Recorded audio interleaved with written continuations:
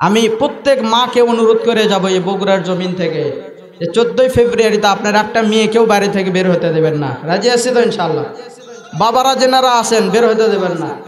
আজকে স্কুলে যাওয়ার দরকার, একদিন স্কুল কামাই গেলে আমি জাহান্নামে যাব না, কিন্তু আমি বেপর্দায় গিয়ে যদি একটা ছেলের সঙ্গে অবৈধভাবে সম্পর্ক করি তাহলে হাদিসে এবং কোরআনে আছে ওই মেয়েটি দাউস, আর দাউসের জন্য লা ইয়াদখুলুল জান্নাহ, ওই মেয়ে জান্নাতে প্রবেশ করতে পারবে না। ঠিক কিনা বলেন?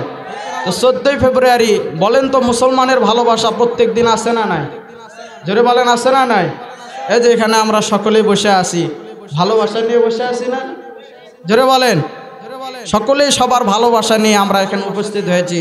আমি প্রধান বক্তা, প্রধান অতিথি, বিশেষ অতিথি, সভাপতি সাহেব এবং সমস্ত কি মুসল্লিবিন্দু, আমরা সকলে কি করেছি? ভালোবাসা নিয়ে কোরআনের বয়ান শুনতেছি। মুসলমানের ভালোবাসা প্রত্যেক দিন থাকে, নির্ধারিত কোনো দিনে মুসলমানের ভালোবাসা থাকতে পারে না, পারে না, পারে না। ঠিক কিনা বলেন? তো এই জন্য 14ই ফেব্রুয়ারি নামক কুত্তাকুত্তি দিবস আমরা মানব না। কি দিবস? তার কারণ ভদ্র মেয়ে ভদ্র ছেলে কোনোদিন রাস্তাঘাটে ভালোবাসা আপ্যায়ন করে না। ঠিক কিনা বলেন? একটা গোলাপ ফুল নিয়ে মাকে দেবেন, মা আপনাকে দোয়া করে দিলে একটা নেককার মেয়ে আপনি পাবেন। ঠিক কিনা বলেন? একটা গোলাপ ফুল নিয়ে আপনার বড় বোনকে দেবেন, নিজের বড় বোন, আপু তোমাকে আমি খুব ভালোবাসি, তুমি আমার নিজের বোন, আমার জন্য দোয়া করে দিও। বড় বোন যদি আপনার মাথায় হাত দিয়ে দোয়া করে দেয় আপনার জীবন ধন্য হয়ে যাবে। ঠিক কিনা বলেন? তো এগুলো তো করবেন না, গিয়ে মাটির ভিতরে হাঁটুটা গিরে দিয়ে একটা ফুল নিয়ে বলবেন আই লাভ ইউ। ঠিক কিনা বলেন? হ্যাঁ, লেডিস আবার বলবে আই লাইক ইউ। কি বলবে? এবার যুবক ভাই বলবে ভেরি ভেরি লাভ ইউ। মানে শুরু হয়ে গেল গজব। কি হয়ে গেল? তো খ্রিস্টানদের এই দিনকে মুসলমান কোনোদিন মানতে পারে না। ঠিক কিনা বলেন? যারা মানবেন তারা ওই ভ্যালেন্টাইন, একটা লুচ্চা ছিল, ওই লুচ্চার সঙ্গে জাহান্নামে যাবেন। ঠিক কিনা বলেন? ভ্যালেন্টাইন একটা ব্যক্তির নাম, আর ডে হলো একটা দিন, মানে দিন একটা নির্ধারণ করা হয়েছে। তো ওই ভ্যালেন্টাইন অকাম কুকাম করে বেড়াইতো। তো ও অকাম কুকাম করে ভাবছে যে আমি তো অকাম কুকাম করছি, এটা তো একটা দিবস হিসাবে যদি আমি সরাইয়া দেই তাহলে এটা পৃথিবীতে যত মানুষ আসবে আমার এই দিনটা স্মরণ করবে। ঠিক কিনা বলেন? তো নবীজি আপনাকে যে দিন দিয়ে গেল, আল্লাহ যে দিন দিয়ে গেল, আমরা সেই দিন অনুকরণ করব। আমরা কোনো ভ্যালেন্টাইনদের দিনকে অনুসরণ করব। রাজি আছেন তো? নাকি এখানে মিথ্যা কথা বলে যাইতেছেন? কি যুবক ভাই, মিথ্যা কথা না সত্য কথা? সত্যই যদি হয় তাহলে আল্লাহ সাক্ষী, যদি 14 ফেব্রুয়ারিতে বের হয়ে কাউকে আই লাভ ইউ বলেন তাহলে কিন্তু আপনার মুখে ঠাডা পড়বে। ঠিক কিনা বলেন? এই জন্য আমি চাই, আমি এখানকার বক্তা, আপনারা আমার কি শ্রোতা, তো আমি চাই যে আপনাদের মুখে ঠাডা না পড়ুক, আপনারা গুনাহের কাজ না করেন। ঠিক কিনা বলেন? আল্লাহ তাআলা আমাদের সকলকে ফিতনা থেকে দূর করে দেন। সকলে বলে আমিন। মুসিবত না পাহি যদি, মুসিবত না পাহি যদি, করুণা তোমার।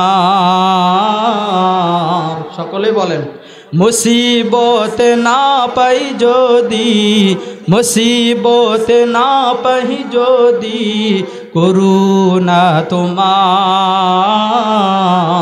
কবরে হাসরে কি হবে আমার, কবরে হাসরে কি হবে আমার। মুসিবত না পাহি যদি, মুসিবত না পাহি যদি, করুণা তোমার।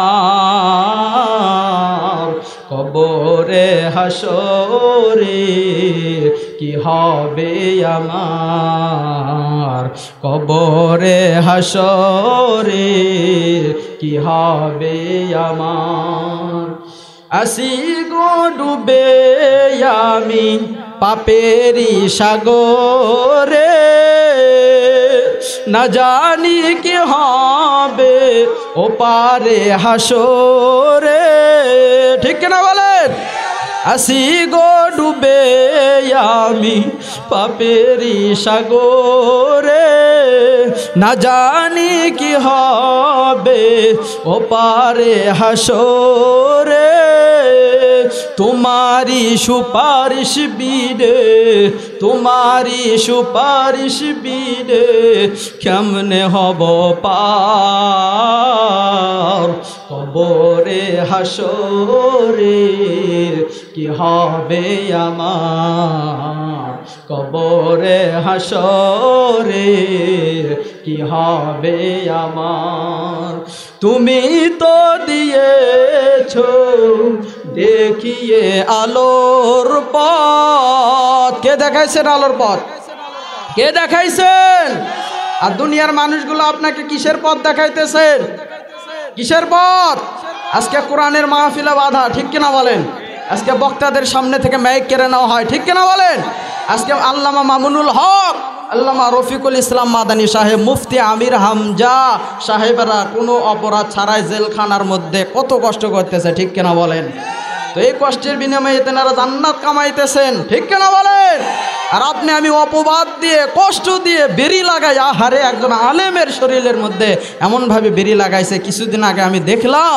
দেখে আর চোখের পানি সামলাইতে পারি নাই ঠিক কিনা বলেন অথচ এই দেশে চোর ঘরে ডাকাত ঘরে লম্পট ঘরে ঠিক কিনা বলেন কত ক্যাডারেরা ঘরে তাদেরকে কোনো বেরিও দেওয়া হয় না ধরাও হয় না তাদের নামে হামলাও নাই মামলাও নাই ঠিক কিনা বলেন অথচ কোরআনের কথা বলে চেহারা দেখলে আল্লাহর কথা মনে পড়ে যায় চেহারা দেখলে নবীজির কথা মনে পড়ে যায় তাদের বয়ান শুনলে জান্নাতের কথা মনে হয় জাহান্নামের কথা মনে হয় আল্লাহওয়ালা হওয়া যায় জাহান্নাম থেকে ফেরা যায় ভালো পথে আসা যায় সেই মানুষগুলো আজকে দীর্ঘদিন ধরে কারার মধ্যে বন্দী আমরা চাইবো আমাদের দেশের প্রধানমন্ত্রীর কাছে যে অবিলম্বে যেন তেনাদেরকে কি করে দেওয়া হয় মুক্তি করে দেওয়া হয় তার কারণ একজন কোরআনের হাফেজকে বা আলেমকে এইভাবে কষ্ট দেওয়া এটা আল্লাহ পাক বলেছেন যেহেতু যে তোমাদের পরীক্ষা নেব সেই জন্যই আল্লাহ কোনো গজব দেয় না কিন্তু এটার মানে এটাই নয় যে আমি সার দিয়েছি কিন্তু ছেড়ে দেইনি ঠিক কিনা বলেন আমি সার দিয়েছি ছেড়ে দেইনি যখন ধরবো না তোমাদের গোষ্ঠী উদ্ধার করে দেবো ঠিক কিনা বলেন